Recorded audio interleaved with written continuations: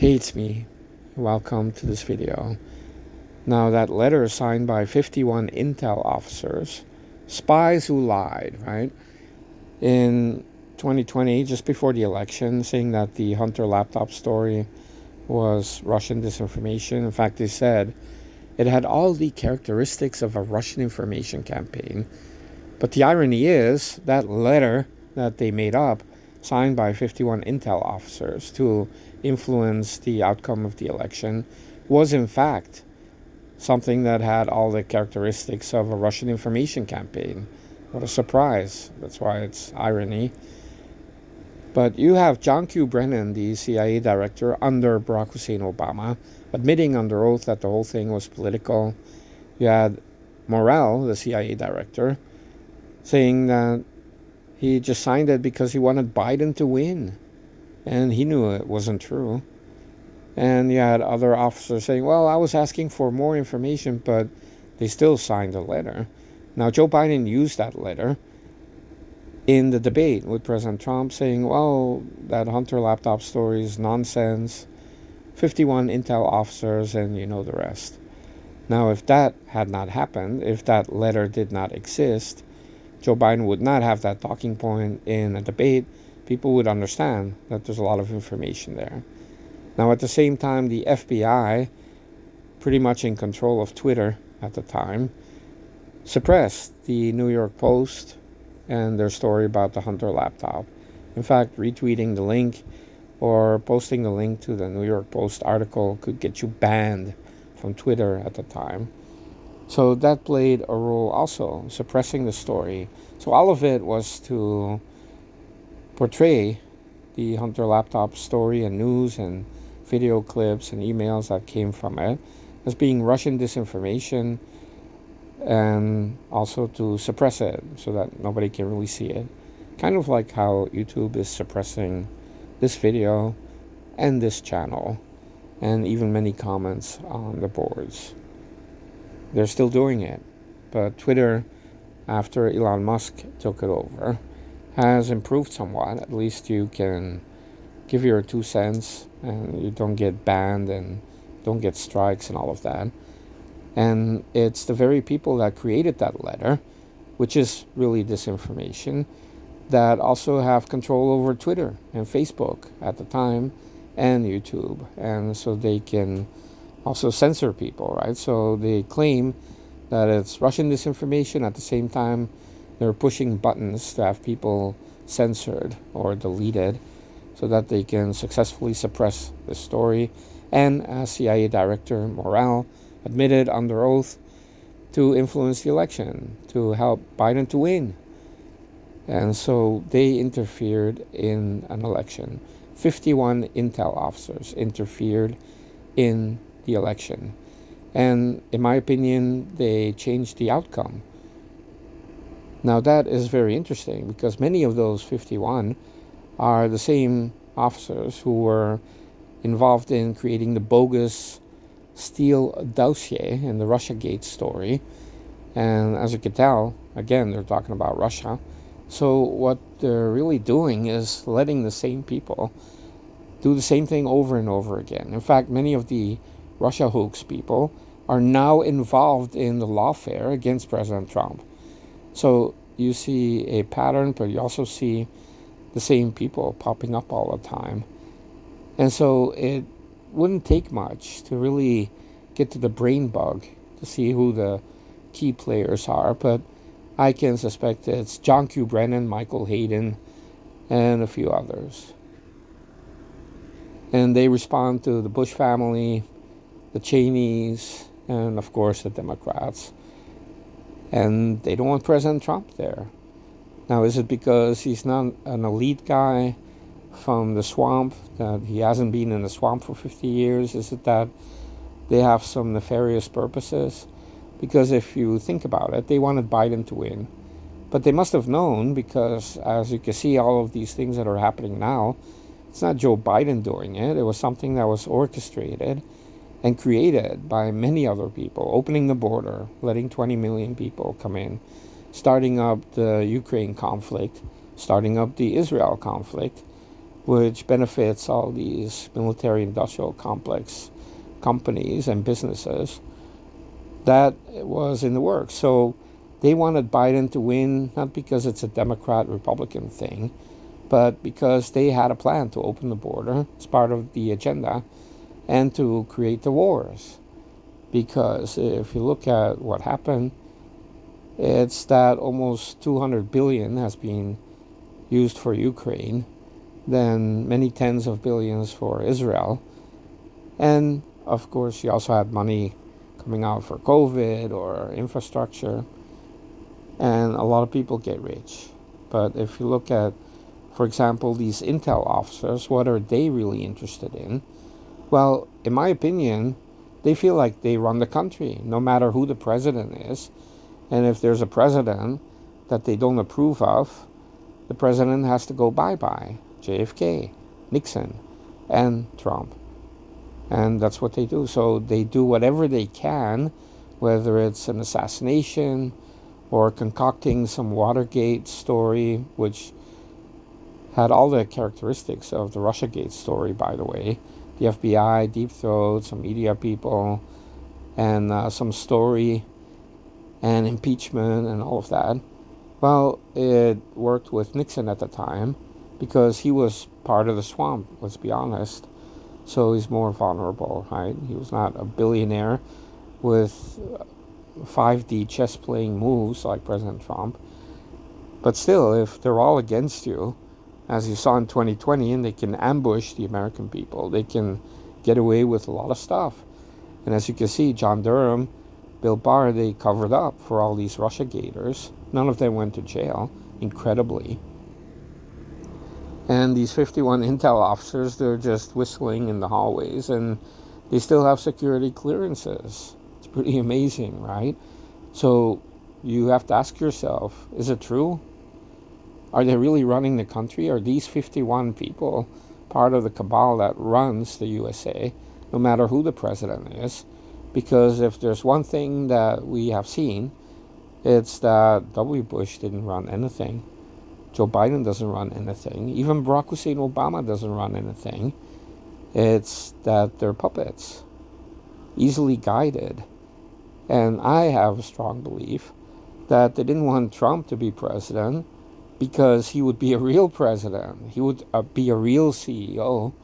And he's a hard worker. In fact, he has more work ethic and smarts and energy than any of these old lard asses in the deep state.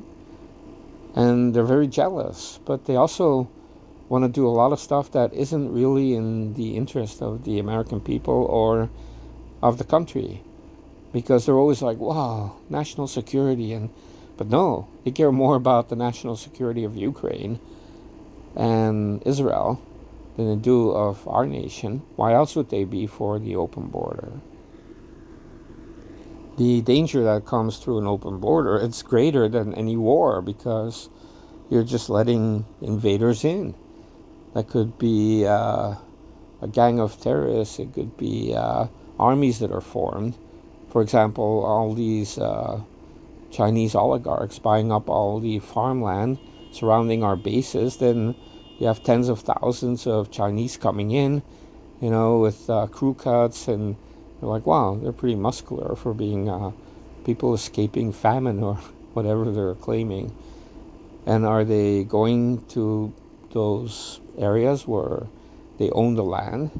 I mean, you're literally creating colonies of people that are foreigners. And are they military people? Are they creating little armies within our nation?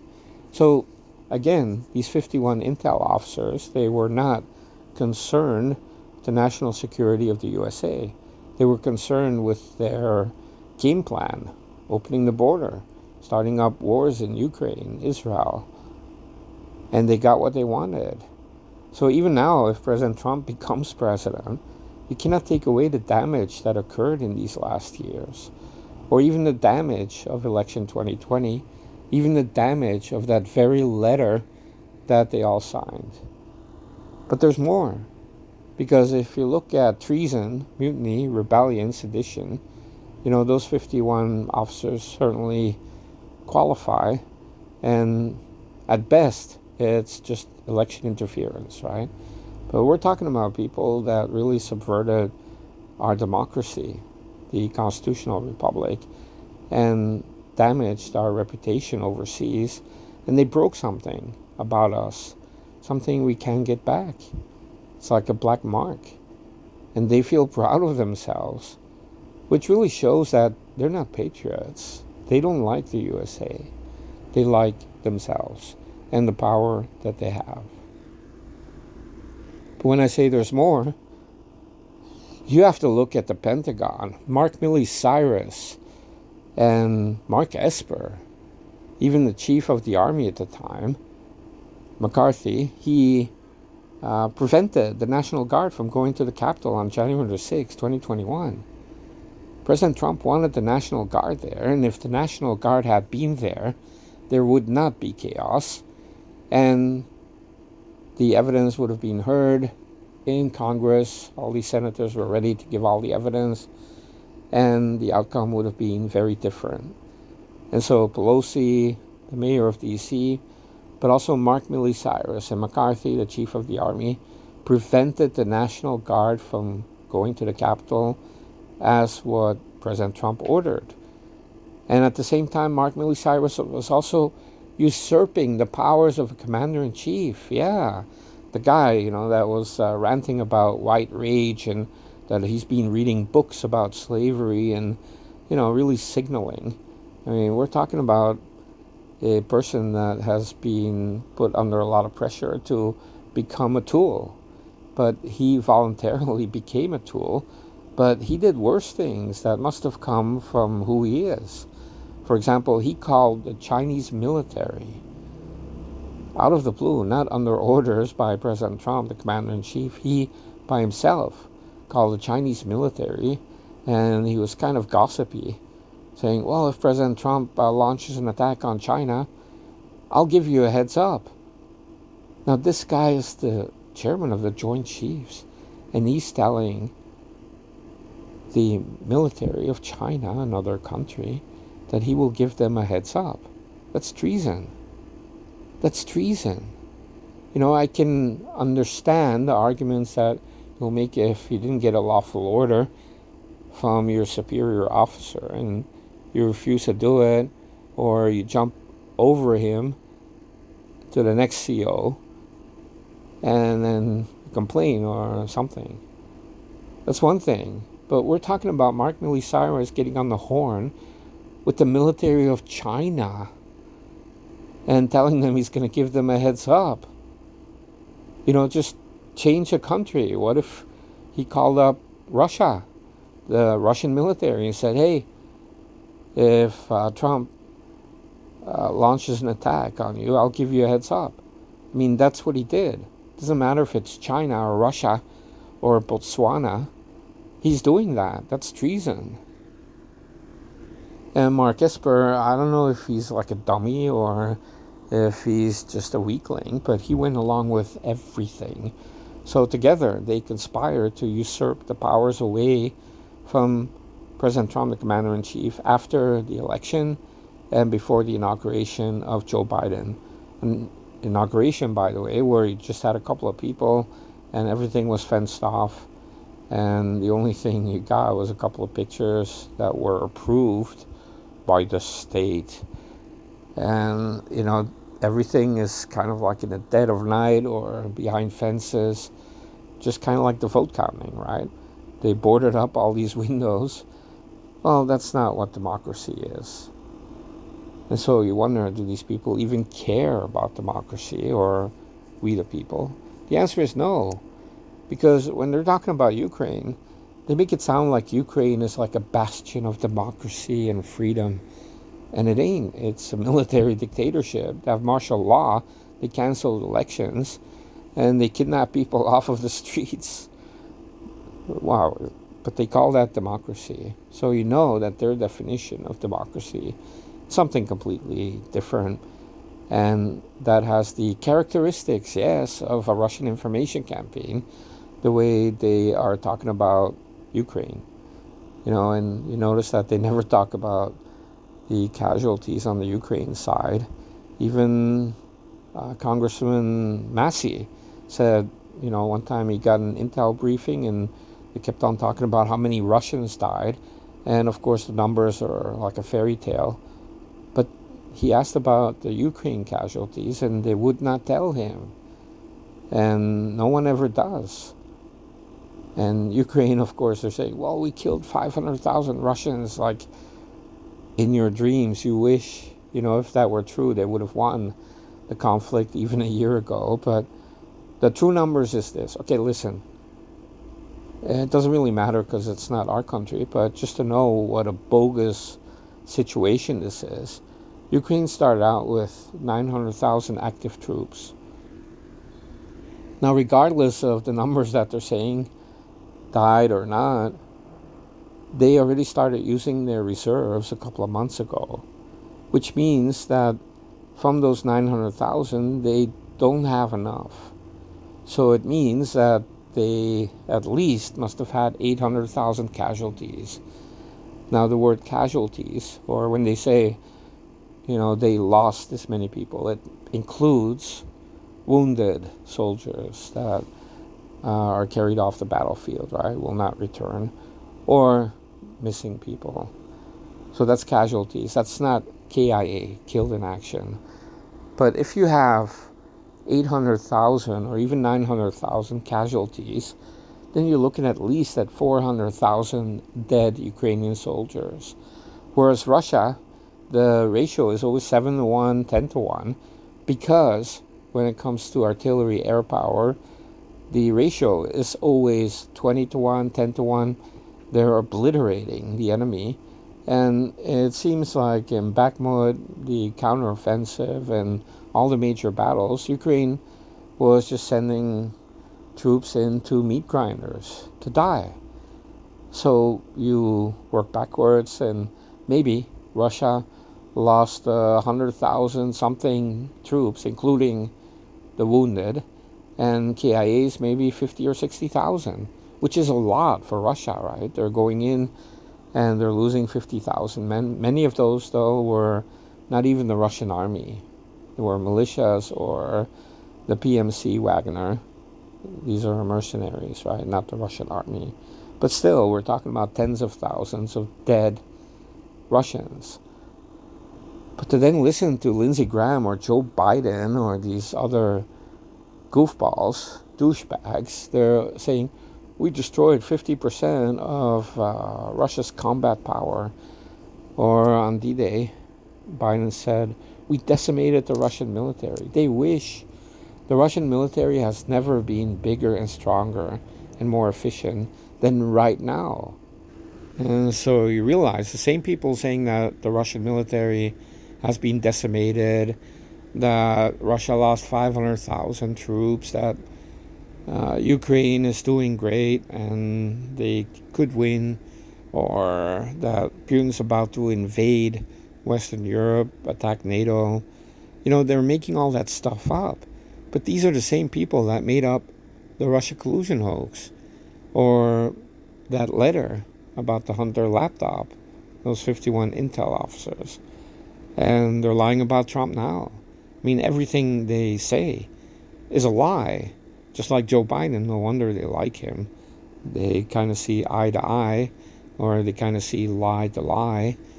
And these people are worthless. Like I said, they're a bunch of douchebags. But they have a lot of power, and a lot of people die because of these douchebags. And we're talking about fascists. So, I understand many people in the media, they prefer to say Marxists or communists because, they don't get hassled so much. In fact, for many people on the left, if you call them communist or Marxist, it's like water off a duck's back. They don't really care, but call them a fascist, and they will go ballistic because that hits the nerve, because it's true. And it's not just the ultra-left that it's doing all this lawfare on President Trump, or coming up with the collusion hoax, or a letter about the Hunter laptop, or the Ukraine stuff, the Israel stuff.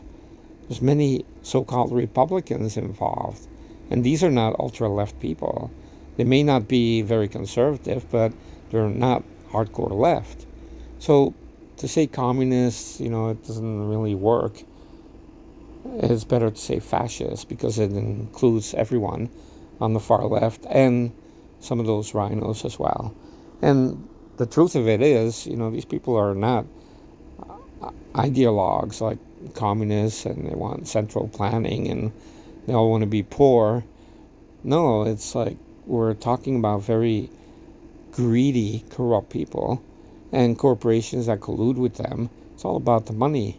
In the end, it's pure fascism. And you have the wars to go with it. And the only thing that's really missing from all of it is a main purpose. It really does seem like they just want to hold on to power. Because if the purpose was to open the border, even that, what's the purpose? Is it to transform the USA? Is it to signal? Is it to apologize to the world that there's too many white people in the USA? I don't know what it is. But you see the globalism, the Five Eyes, and it almost seems like those 51 intel officers and the rest of them, they want to be patted on the back by people in the UK, in France, in Germany, the EU, the UN even. They want to be congratulated by people overseas. And many of them even want to be complimented or praised by China. Yeah.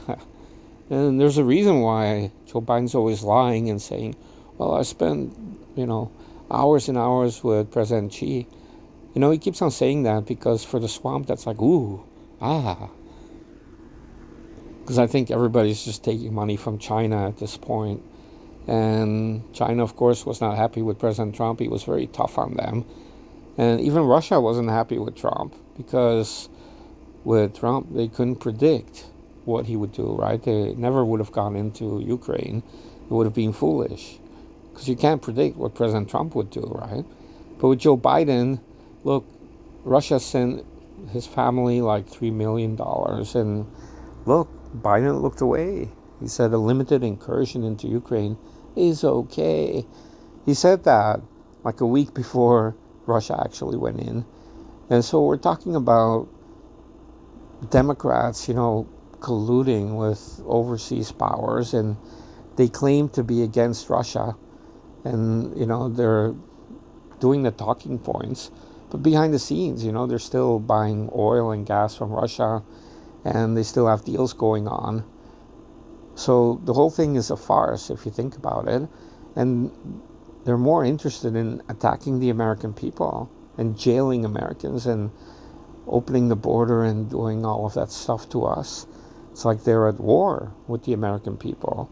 And China, Russia, they can all do what they want. In fact, they're even financing Hamas, Hezbollah, ISIS, Al-Qaeda, the Houthis. I mean, what is that? I mean, that's really a chaos agenda. So if you want chaos and you want war and you care about overseas countries more than your own country, and in fact you don't even care about the USA, then why would you like somebody like President Trump? You would not. You would be viciously against him. And that's what you're seeing, not only with all of these people that are guilty of treason, like Mark Milley Cyrus, or these 51 intel officers, but you see that even with rhinos like Paul Ryan, even Michael Johnson, the speaker now, he has a form of TDS. And these people will always want to be liked by each other, and at the expense of the American people, our nation, our freedoms, and to get a pat on the back from foreigners overseas. And that's why I call them the douchebags. And they're fascists. So let's call them the douchebag fascists, right? The douchebag fascists.